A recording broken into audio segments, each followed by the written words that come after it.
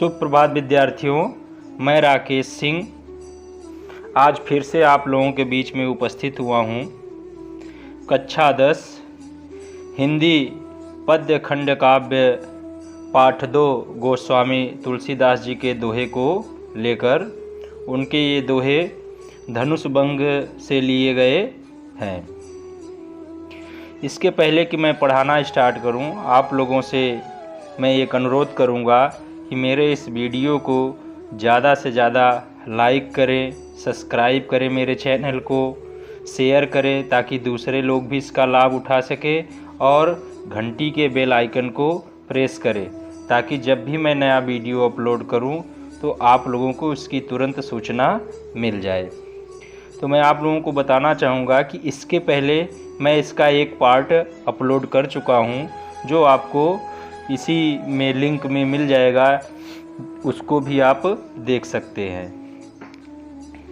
और आप लोगों से एक बात मैं और कहना चाहूँगा कि मेरे इस वीडियो को जब तक आप 2 से 3 बार नहीं देखेंगे तब तक आपको ठीक से समझ में नहीं आएगा, क्योंकि बहुत लोग हैं आधा वीडियो देखते हैं और छोड़ देते हैं और बोलते हैं कि उनको समझ में नहीं आ रहा है।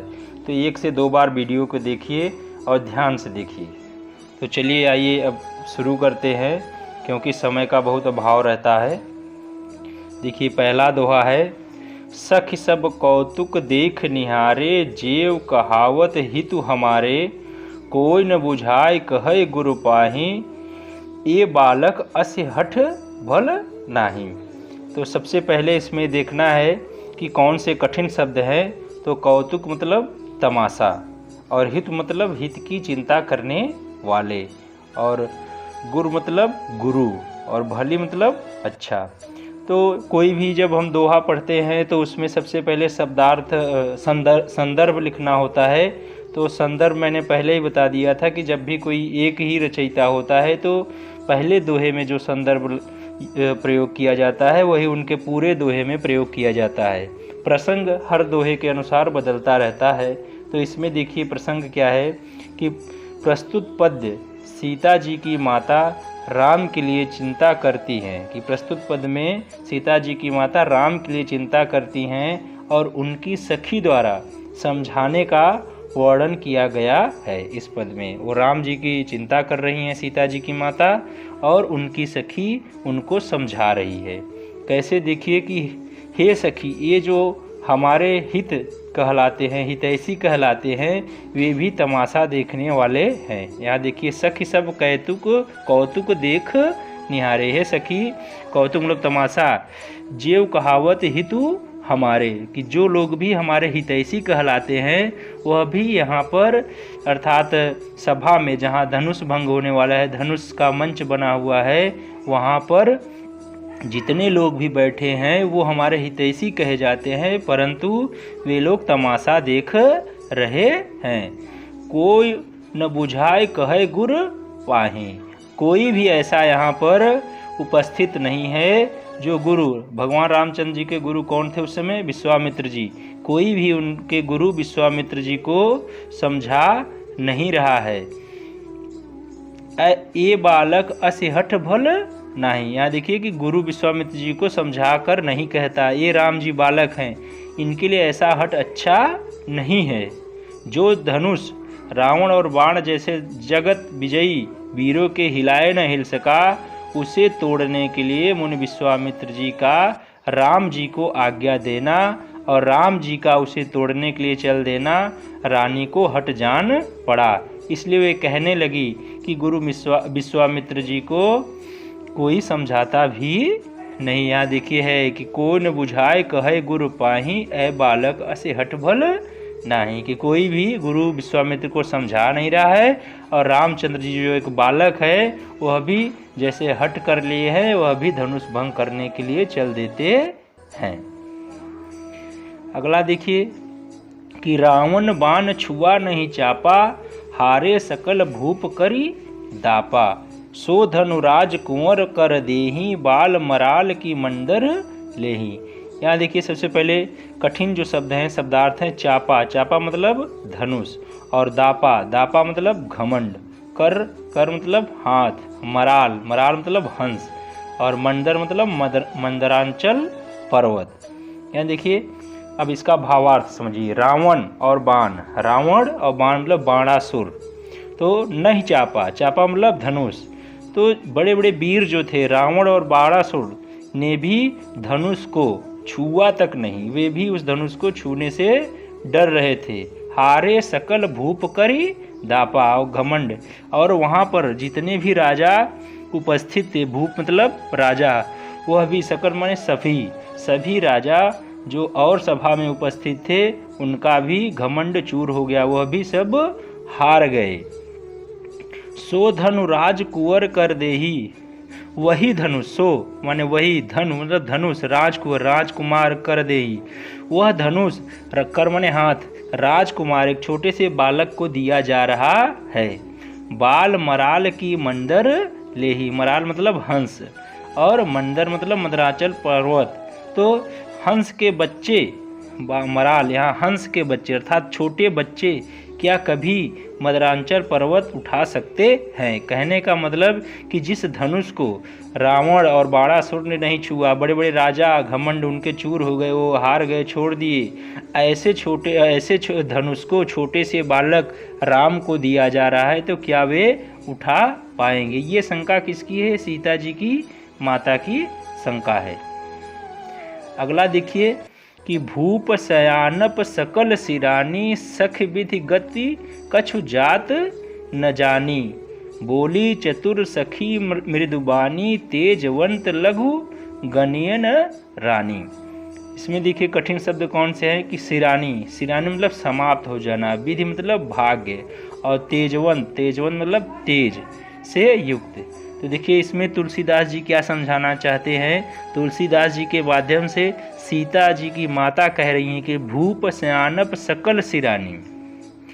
तो देखिए यहाँ क्या है कि और तो कोई समझाकर कहे या नहीं, राजा तो बड़े समझदार और ज्ञानी हैं। मतलब कि यहाँ पर सीता जी की माता कह रहे हैं जनक जी को कि और जो भी यहाँ पर उपस्थित है राजा और मुनि लोग, उनको तो समझ में भले न आ रहा हो, लेकिन भूप मतलब राजा, शयानप सकल सिरानी जो बहुत ही समझदार हैं, सीता के पिता जनक जो बहुत ही समझदार हैं, सख विधि गत कछु जात न जानी, वह भी गुरु को समझाने की चेष्टा नहीं कर रहे हैं कि एक छोटा सा बालक यह धनुष उठा पाएगा और उसे भंग कर पाएगा। क्या राजा जो बड़े सयाने बनते थे उनका भी सयानापन समाप्त हो गया है। कि देखिए सखी विधि गति कछु जाति न जाने, यहाँ पर देखिए कहा जा रहा है कि हे सखी, विधाता की गति कुछ जानने में नहीं आती। यों कहकर रानी चुप हो रही हैं। रानी कह रही हैं कि विधाता क्या करना चाहता है ये हमारे समझ के बाहर है। तभी देखिए बोली चतुर सखी मृदु बानी, तभी सीता जी की माता जो है उनकी एक सखी थी जो बहुत ही चतुर थी, बुद्धिमान थी। वह मृदु कोमल वाणी, मृदु मतलब कोमल, कोमल वाणी में बड़े अच्छे शब्दों में कहती है कि हे रानी, तेजवान को देखने में छोटा होने पर भी छोटा नहीं गिनना चाहिए। देखिए है कि तेजवंत, लघु, लघु मतलब छोटा, गनी मतलब गिनना, न रानी कि जो भी छोटा है लेकिन उसके अंदर तेज है, गुण है, तो उसे छोटा नहीं समझना चाहिए।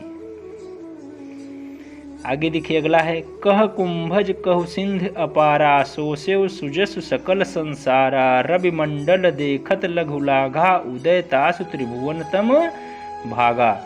शब्दार्थ कुंभज मतलब कुंभ से उत्पन्न, और अगस्त मतलब ऋषि, और सुजसु मतलब सुयस। कहम कुंभज कहु सिंधु अबारा, अगस्त ऋषि। यहाँ देखिए है कि अगस्त ऋषि एक छोटे से घड़े से उत्पन्न हुए। तुलसीदास जी कह रहे हैं कि कहाँ घड़े से उत्पन्न होने वाले छोटे से मुनि अगस्त, और कहाँ समुद्र। यहाँ देखिए कह कुंभज कह सिंधु अपारा, कुंभज मतलब घड़ा, घड़े से, एक छोटे से घड़े से उत्पन्न होने वाले अगस्त ऋषि, और सिंधु अपारा समुद्र, सिंधु मतलब समुद्र बहुत ही बड़ा।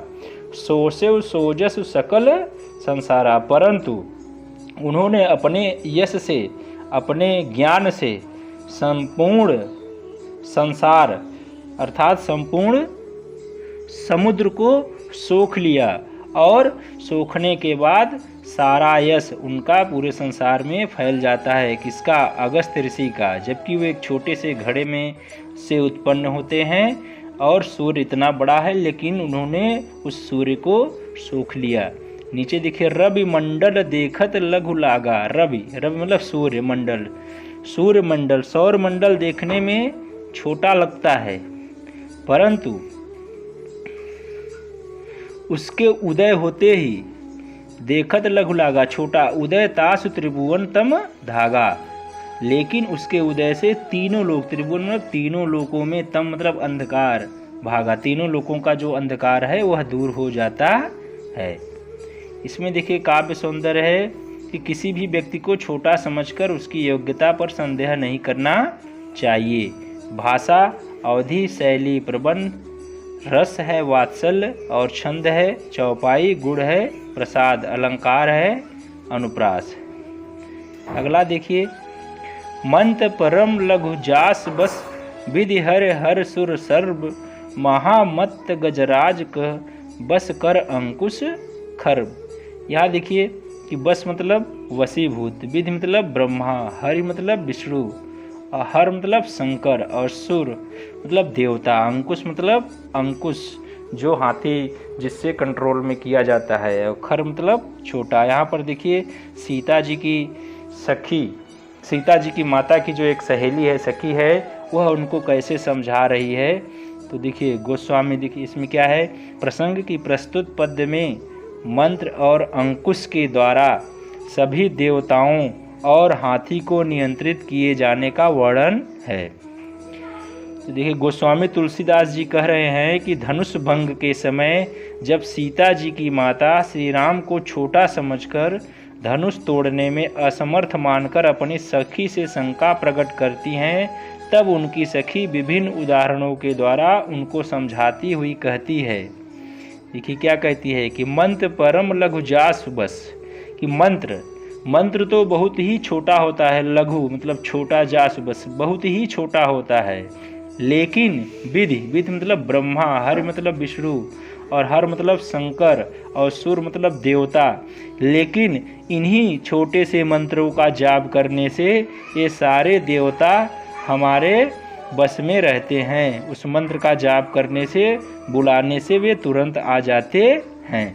दूसरा देखिए, महामत्त गजराज कहू बस कर अंकुश खर्ब। और मदमस्त, गजराज मतलब हाथी, बहुत ही मदमस्त ताकतवर हाथी भी जो घूमता रहता है, किसी से डरता नहीं, उसे भी एक अंकुश जो हाथी को चलाने वाला होता है, वह एक अंकुश से उसको अपने महावत अर्थात अंकुश के द्वारा अपने बस में कर लेता है। तो हे सखी, आप चिंता न करिए, राम भले ही छोटे हैं, लेकिन उनके अंदर ज्ञान का भंडार है, वे तेजवान हैं। ये सीता जी की माता की सखी समझा रही है। इसमें देखिए काव्यगत सौंदर्य, भाषा, अवधि, शैली, प्रबंध और उद्धरण मतलब उदाहरण दे के समझाना, छंद है दोहा, अलंकार, अनुप्रास, शब्द शक्ति, अभिता और लक्षणा। धन्यवाद।